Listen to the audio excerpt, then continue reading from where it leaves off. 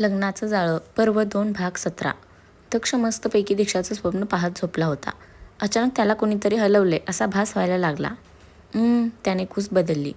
परत तसंच. आता मात्र झोपेतही त्याच्या कपाळावर आठ्या पसरल्या. कोण आहे? तो पुटपुटला. दक्ष ती त्याच्या कानात हळुवार आवाजात म्हणाली. आता पुढे. दिशुडी. तो झोपेत हसला आणि इकडे याच्या शेजारी बसलेल्या दीक्षाने कपाळावर हात मारला. तिने त्याला हलवलं. त्याने डोळे उघडले. तो तसाच दचकून उठून बसला. भूत. त्याने घाबरून डोळे चोळले, पण अंधारामुळे नीटसं दिसेना. फट्टू, मी आहे. दीक्षाने बेडसाईड लॅम्प लावला. ये बाई, मी लाईट बिल भरतो ग वेळेत. अशी अंधारात येऊन घाबरवतेस काय? आता जीव गेला असता माझा. दक्ष छातीवर हात ठेवून म्हणाला. असा कसा जाईल तुझा जीव? काहीही बडबडतो, चंपड. दीक्षाने त्याच्या हातावर मारलं. तू काय करतेस इकडे? करमत नाही का माझ्याशिवाय? दक्ष तिला ढोसत म्हणाला तसा तिने त्याला लोक दिला. दिवा स्वप्न कारखानीस. उगीच भलता सलता विचार करू नकोस. तिने बोट नाचवलं तसं दक्षने तेच बोट पकडून तिला जवळ ओढलं. काय सुकून आहे. तिला मिठीत घेत तो म्हणाला. ओय रोमॅन्टिक किड्या, जरा जमिनीवर ये. माझ्या डोक्यात एक आयडिया आली. ती शेअर करायला आली आहे. आत्ता? यावेळेस असं जवळजवळ झोपायचं सोडून तू माझा जवळजवळ जीव घेऊन तुझ्या डोक्यातली आयडिया शेअर करायला आलीस? दक्ष तोंड वेंगाडत म्हणाला. दक्षराव जवळकर, जरा लांब व्हा आणि एका. असं म्हणत दीक्षाने त्याला तिच्या डोक्यातला प्लॅन सांगितला. झक्कास, सुपर आयडिया आहे ही. डन. दक्ष खुश होत म्हणाला. चालेल मग उद्यापासून तयारीला लागूया. दीक्षा म्हणाली. झोप आता तू, मी जाते. दीक्षा निघणार तोच दक्षने तिचा हात पकडला. असं कसं? एकतर माझी साखर झोप डिस्टर्ब केली. माझा स्वप्नभंग झालाय तुझ्यामुळे. आणि आता तू मला जागं करून स्वतः तिकडे घोरत पडणार दक्ष मिश्किल हसत म्हणाला. दक्ष, असं तसं काही डोक्यात असेल ना तर फटके मिळतील. दीक्षा दटावत म्हणाली. असं तसं म्हणजे नक्की कसं? दक्ष खटाळ हसला. ते म्हणजे दीक्षाला काय बोलावं सुचेना. Don't worry sweets. असं तसं खूप काही आहे डोक्यात माझ्या, पण ते इथे नाही आणि आत्ता नाही. दक्ष तिचा गाल ओढत म्हणाला. आता तर मला मस्त कडक कॉफी हवी तुझ्या हातची. आणते. दीक्षा हसून खाली गेली. दीक्षाने आणलेली कॉफी घेत दोघे बाहेर गप्पा मारत बसलेले. 2 वर्षामध्ये खूप काही झालं होतं. खूप सारं सांगायचं होतं, ऐकायचं होतं. बोलता बोलता पहाट उजाडली तरी दोघांना कळलं नव्हतं. शेवटी जरा वेळ आराम हवा म्हणून दीक्षानेच दक्षला कंपल्सरी झोपायला पाठवलं आणि स्वतः रूममध्ये आली. दीक्षा बेडवर आडवी होणार तोच दोघींच्या मध्ये ठेवलेला दिव्याचा फोन थरथरला आणि त्यावर भल्या पहाटे उत्पल नाव पाहून दीक्षाच्या भुवया उंचावल्या. लागोपाठ 2-3 मेसेजची नोटिफिकेशन्स आली तशी दिव्याची झोप चाळवली. तिने चुळबुळ केली तशी दीक्षा पटकन डोळे बंद करून आडवी झाली. दिव्याने तिच्याकडे पाहत हळूच फोन हातात घेतला. फोनवरचं नाव पाहून तिचा चेहरा खुलला. हे दीक्षाच्या किलकिल्या नजरेने बरोबर टिपलं होतं. जरा लग्नाची गडबड झाली की दिव्याशी बोलूया हे मनाशी पक्क करत दीक्षाने डोळे बंद केले. रात्री बराच वेळ जागरण झाल्यामुळे दक्ष आळस देतच खाली आला. घे. आत्याने त्याच्यासमोर चहाचा कप ठेवला. दक्ष पेंगत होता. दक्ष, आत्यांनी हाक मारली. तसा तो खडबडून जागा झाला. काय? त्याने विचारलं. कशाला मेलं काम करत बसावं रात्री उशिरापर्यंत? तब्येत ही महत्त्वाची असते हे आता तुला मी सांगायला हवे का? आत्या डाफरल्या. तितक्यात दीक्षा खाली आली आणि दक्षाच्या चेहऱ्यावर स्माईल आली. गुड मॉर्निंग आत्या. दीक्षा त्यांच्या शेजारी बसली. Good morning. आत्या तिच्याकडे पाहत हसल्या. दीक्षाचं समोर लक्ष गेलं. विस्कटलेले केस आणि झोपालेले डोळे. त्या क्षणी दक्ष तिला एखाद्या लहान मुलासारखा वाटला. कसा गोड दिसतो हा. दीक्षा गालात हसली. झोपेतून उठून ही हँडसमनेस काही कमी होत नाही साहेबांचा. हाय दिशू, काही खरं नाही आहे तुझं. ती त्याच्याकडे पाहत स्वतःशीच विचार करत होती की दक्षने तिला डोळा मारला आणि ती एकदम भानावर आली. दक्ष, दीक्षाच्या आईशी बोलणं झाले माझं कालच. मी आणि माणसं सकाळी जाऊन येतो. अनुराधा तिकडे येत म्हणाल्या. आई, मीही येते. तुम्ही दोघींनीच तिकडे जाणं मला बरोबर नाही वाटत. मी माझ्या फॅमिलीला चांगलंच ओळखते. तुम्हाला काही वेडं वाकडं बोललेलं मला सहन होणार नाही. दीक्षा म्हणाली. अगं पण दिशू. आई प्लीज ना. दीक्षा म्हणाली.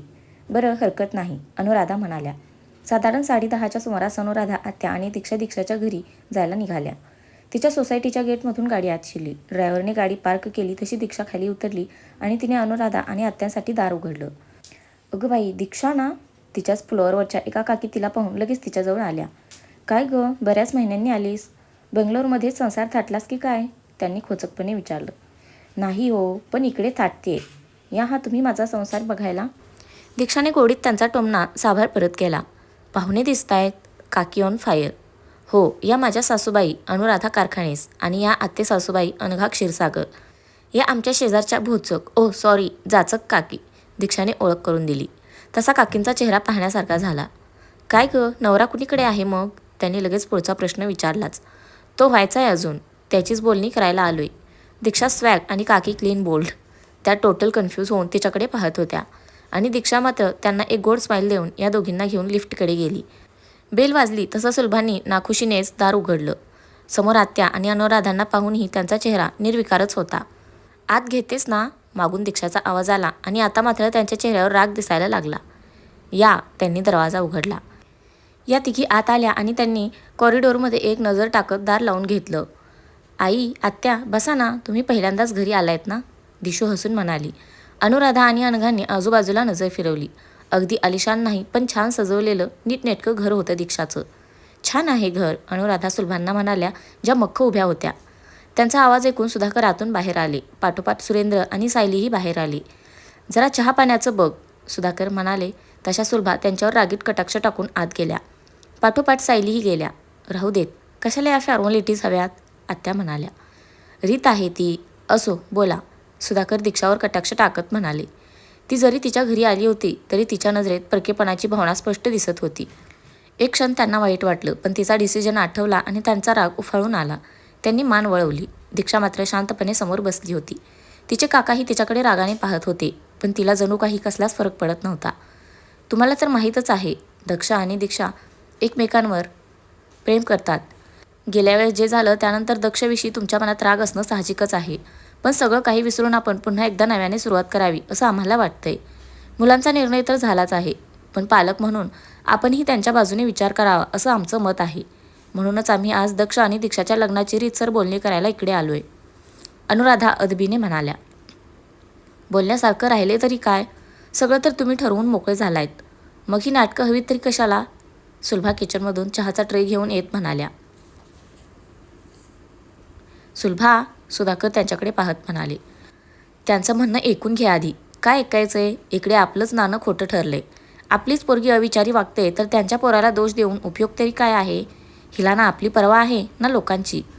वाटलं नव्हतं दीक्षा अशी वागेल. आपणच संस्कार करायला कमी पडलो बहुतेक, सुलभा दीक्षाकडे पाहत म्हणाल्या. संस्काराचा प्रश्नच कुठे येतो आई? आणि असा काय गुन्हा केलाय मी दक्षवर प्रेम करून, जे तुम्ही सगळे घडी घडी मला ऐकवताय? जे झालं होतं ते का आणि कसं झालं होतं हेही तुम्हाला माहिती आहे ना? मग सगळं विसरून तुमची मुलगी पुढे जायचं म्हणते तर त्यात गैर काय आहे? दीक्षाने मौन सोडून विचारलं शेवटी. गैर काय आहे? अगं, ज्या मुलाने तुला एवढा त्रास दिला त्याच्यासोबतच तुला पुढे जायचं आहे, हे बरोबर वाटतंय का तुला? तिची काकू फणकारून म्हणाली.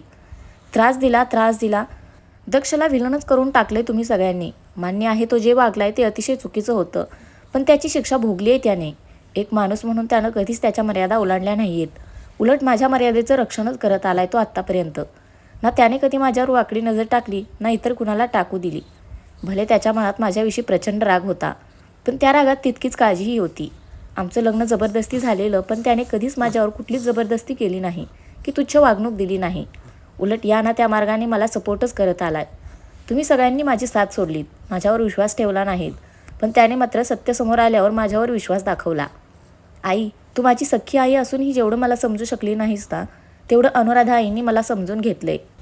दिग्विजयचं सत्य समजल्यावर त्यांनीच मला सावरलंय. एवढंच काय तर दिव्यासारखं समजत आल्यात मला. मी बंगलोरला असताना तुम्ही जेवढी विचारपूस केली नसेल तेवढी त्यांनी आणि दिव्याने केली आहे. दक्षसोबतचं नातं भले कुमकुवत असेल, पण त्यामुळे जी नाती जोडली गेली ना, त्यांनी कधीच मला अंतर दिलं नाही. आजही जेव्हा मी परत दक्षकडे यायचा डिसिजन घेतला, त्यांनी खुल्या दिलाने मला त्यांच्यात सामावून घेतलं. अजून काय हवंय तुम्हाला? दीक्षाने विचारलं. तशा सुलभा निवृत्त झाल्या. संस्काराचा ढोल वाजवताय तुम्ही, पण मला सांगा, ज्यावेळेस मी दक्षपासून दूर जाण्याचा निर्णय घेतला त्यावेळेस तो जोर जबरदस्ती करून मला थांबवू शकला असता. काय गरज होती त्याला तुम्हाला सगळं खरं सांगायची? पण त्याने तसं नाही केलं. त्याने त्याची चूक कबूल केली. एवढंच काय तर माझ्यावर प्रेम करत असूनही माझ्या डिसिजनचा रिस्पेक्ट ठेवला. तुम्ही त्याला धमकावलं होतं माझ्यापासून लांब राहायचा. त्याने दिलेला शब्द पाळलाय. कधी स्वतःहून माझ्यापर्यंत पोहोचण्याचा प्रयत्न केला नाहीये त्याने. आणि याउलट दादाने मात्र पदोपदी त्याचा अपमान केलाय. अगदी त्याच्या ऑफिसमध्ये जाऊन जीवाची धमकी देण्यापर्यंत सगळं केलंय. पण तो तर मोठा संस्कारी घरातला आहे ना, त्यामुळे त्याच्या चुका या चुका नाहीतच. बरोबर ना बाबा? दीक्षाने सुधाकरच्या नजरेला नजर भिडवली आणि ते काहीच बोलू शकले नाहीत. आता का गप्प आहात? बोला ना. दीक्षाचा पारा चढला. दिशू, अनुराधाने तिला नजरेने शांत राहायला सांगितलं. सुलभाताई, दक्ष जे काही वागला त्याबद्दल मी तुमची अगदी मनापासून माफी मागते. पण आता सगळं सुरळीत होतंय तर मला वाटते आपणही त्यांचं नातं स्वीकारून त्यांना एकत्र आणावं. त्या शांतपणे म्हणाल्या. ताई, तुम्ही काहीही म्हणा, पण तुमच्या मुलामुळे आम्हाला जो मनस्ताप सहन करायला लागलाय तो विसरणं शक्य नाही आम्हाला. दीक्षाला जो निर्णय घ्यायचा आहे तो तिने घ्यावा. आता मोठी झाली आहे ना ती. पण आम्ही नाही सपोर्ट करू शकत. सुलभा दीक्षाकडे पाहत म्हणाल्या. माफ करा ताई, सुधाकर हात जोडून म्हणाले. दीक्षाला त्या क्षणी रागही येत होता आणि वाईटही वाटत होतं. तिच्या स्वतःच्या फॅमिलीने तिला सपोर्ट करू नये. तिने हातात सुस्कारा सोडला. हरकत नाही, तुमचा निर्णय आहे तो. आम्ही त्याचा मान ठेवतो. पण आमच्यासाठी आमच्या मुलांचं सुख सगळ्यात महत्त्वाचं आहे. त्यामुळे 3 आठवड्यांनी थाटामाटात दक्ष आणि दीक्षाचं लग्न होणार. रीतीप्रमाणे तुम्हाला आमंत्रण येईलच. आपल्या मुलीच्या आनंदात सहभागी व्हायचं की नाही हा डिसिजन सर्वस्वी तुमचा असेल. येतो आम्ही. अनघा आत्या हलकं हसत म्हणाल्या. 1 मिनिट. सुधाकर आत गेले आणि एक बॉक्स घेऊन आले. हे काही दागिने आहेत. आम्ही दीक्षासाठी बनवले होते. तिची अमानत आहे ही. दीक्षा, घे. त्यांनी बॉक्स पुढे केला. त्याची गरज नाहीये, दीक्षा म्हणाली. दिशू, त्यांचा आशीर्वाद समजून घे. अनुराधा तिला इशारा करत म्हणाल्या तसा तिने निमूटपणे बॉक्स हातात घेतला. दीक्षा सगळ्यांच्या पाया पडली. तिच्या बाबांनी तेवढा तोंड देखला आशीर्वाद दिला. बाकी तिचे काका, काकू आणि आई मात्र निर्विकार होते. त्यांचा निरोप घेऊन त्या तिघी बाहेर पडल्या. दिशू, गाडीत शांत बसलेल्या दीक्षाला अनुराधांनी हाक मारली. आई, ही अशी माझी फॅमिली आहे का? ज्यांच्यासाठी मुलीच्या सुखापेक्षा लोकांचं मत जास्त महत्त्वाचं आहे. दीक्षा हताश होत म्हणाली. हे बघ बाळा, प्रत्येकाचे विचार हे सारखे नसतात ना. आता त्यांची ही रिॲक्शन अपेक्षितच होती मला. पण त्यांना थोडा वेळ दे. त्यांना आपसुकच जाणीव होईल आणि ते स्वतःहून तुला आणि दक्षला ॲक्सेप्ट करतील. आता हसा दिशूबाई, लग्नाची तयारी करायची आहे तुमच्या. अनुराधा म्हणाल्या तशी दीक्षा खुदकन हसली. तिघी घरी आल्या तेव्हा दक्ष हॉलमध्ये बसला होता. त्याला यावेळी घरी पाहून अनुराधांना आश्चर्य वाटलं. दक्ष यावेळेस घरी कसा? त्यांनी विचारलं. वहिनी, आता काय बाबा, करमत नसेल त्याला त्याच्या दिशूशिवाय, आत्यांनी त्याला चिडवलं. तसंच काहीसं, दक्ष तरी कुठे सोडतोय. दीक्षाने अकॉर्ड स्माईल दिली. काय म्हणाली माझी सासरची मंडळी? नेहमीप्रमाणे माझा उद्धार झालाच असेल. दक्ष तिरकस हसत म्हणाला. तुला वाटते तसं नाही काही झालं, पण ठीक आहे. त्यांना त्यांचा वेळ द्यायला हवा ना. बाय द वे, तुझ्या बायकोनं अगदी झक्कास खिंड लढवली हो, आत्या कौतुकाने म्हणाल्या. तर चॉईस कुणाची आहे? दक्ष कॉलर उडवत म्हणाला आणि दीक्षाने नाक मुरडलं. बरं, तू सांगितलंच नाहीस तो आत्ता यावेळी घरी कसा? अनुराधा म्हणाल्या. दिशूचं पार्सल आलंय, दक्ष हसत म्हणाला. माझं पार्सल? मी कुठे काय ऑर्डर केलेलं? काय आले? दीक्षाने आश्चर्याने विचारलं. तर फ्रेंड्स, आजचा भाग कसा वाटला नक्की कमेंट करून सांगा. धन्यवाद.